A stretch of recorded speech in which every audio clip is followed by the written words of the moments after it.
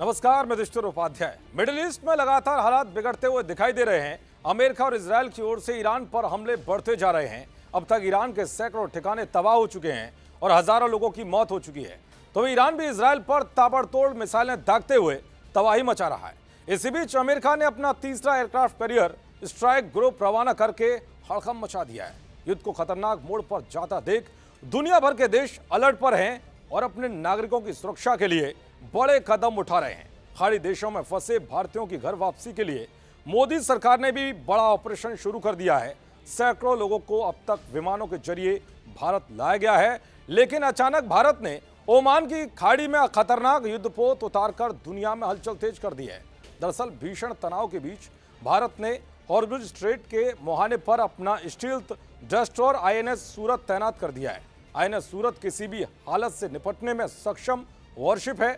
इस युद्धपोत की तैनाती ऐसे वक्त में हुई है जब हिंद महासागर में अमेरिकी सबमरीन ने ईरान के डैना युद्धपोत पर अटैक कर उसे ध्वस्त कर दिया है, जिसके बाद से ही तनाव और बढ़ गया है। ऐसे में इस बात की चर्चा तेज हो गई है कि भारत ने आईएनएस सूरत को ओमान की खाड़ी में क्यों तैनात किया है। दरअसल मिडिल ईस्ट में बढ़ते तनाव की स्थिति को भांपते हुए भारत ने अपनी नौसैनिक मौजूदगी मजबूत कर दी है। आईएनएस सूरत की ओमान की खाड़ी में तैनाती समुद्री व्यापार मार्गों की सुरक्षा सुनिश्चित करने और जरूरत पड़ने पर भारतीय नागरिकों की निकासी के लिए की गई है। दरअसल भारत के लिए खाड़ी क्षेत्र रणनीतिक और आर्थिक दोनों हिसाब से बहुत ही महत्वपूर्ण है। भारत के लगभग 50% कच्चे तेल का आयात हॉर्मुज जल डमरू मध्य के रास्ते आता है, जबकि एलपीजी की लगभग 80 से 85% आपूर्ति भी इसी रास्ते से होती है। इसके अलावा अदन की खाड़ी से होकर भारत का लगभग 90% समुद्री व्यापार गुजरता है। ऐसे में भारत ने इस क्षेत्र में अपनी मजबूती बढ़ा दी है। उधर ईरान ने स्ट्रेट ऑफ हॉर्मुज को लेकर अमेरिका और इजरायल को खुली चुनौती दी है। ईरानी सैन्य अधिकारियों ने कहा है कि अगर ट्रंप में हिम्मत है तो वो तेल टैंकरों को अमेरिकी युद्धपोत की सुरक्षा में इस रास्ते से निकाल कर दिखाए। ईरान की इस चेतावनी ने मिडिल ईस्ट में टेंशन बढ़ा दी है। चलिए अब आपको बताता हूं कि भारत ने जिस स्टील्थ वॉरशिप को ओमान की खाड़ी में उतारा है वो कितना ताकतवर और खतरनाक है।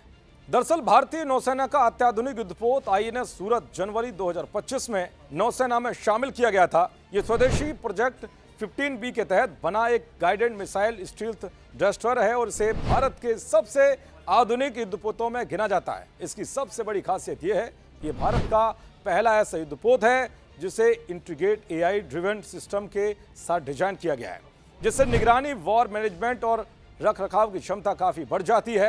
आईएनएस सूरत में लगभग 75% स्वदेशी तकनीक का उपयोग किया गया है। इसमें सुपरसोनिक ब्रह्मोस बराक 8 आकाश मिसाइल, पनडुब्बी रोधी रॉकेट लॉन्चर और heavy weight torpedo tube launcher जैसे अत्याधुनिक हथियार लगे हैं। ये हथियार इसे समुद्र, हवा और पानी के नीचे से आने वाले खतरों का प्रभावी ढंग से मुकाबला करने में सक्षम बनाते हैं। इसकी स्टील्थ तकनीक इसे दुश्मन के रडार से बचने में मदद करती है।